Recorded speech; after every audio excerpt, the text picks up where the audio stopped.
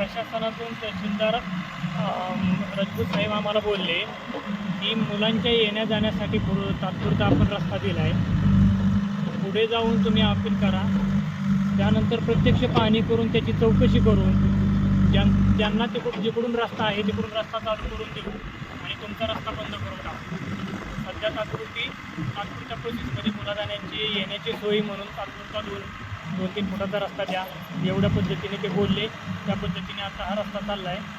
त्यानंतर भविष्यामध्ये आम्ही ज्या वेळेला तहसीलदार साहेबांच्या सहकार्याने किंवा पाहणीतून हे पुढं निदर्शनास आणून देऊ आणि त्यांचा जिथं मूळ रस्ता होता तो रस्ता आम्ही त्यांना दाखवून देऊ.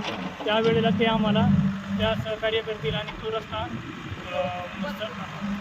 सत्यता पडताळणी करून ते बंद करून देतील असे त्यांनी आश्वासन दिले.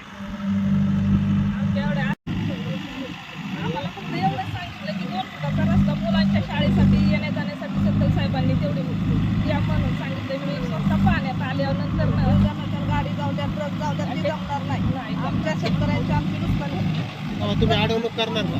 अडवणूक करणार, पण त्यावेळेस ते पोलीस बंदोबस्तात येतात नाही सांगतात. आम्हाला दिला नाही पाहिजे, आम्हाला त्यांनी अन्याय केला नाही पाहिजे आमच्यावरती. आम्हाला फक्त मुलांच्यासाठी तहसीलदारांनी सांगितलंय की तुम्हाला फक्त मुलांच्या येण्यासाठी रस्ता फक्त 3 फूट 2 फुटाचा द्या.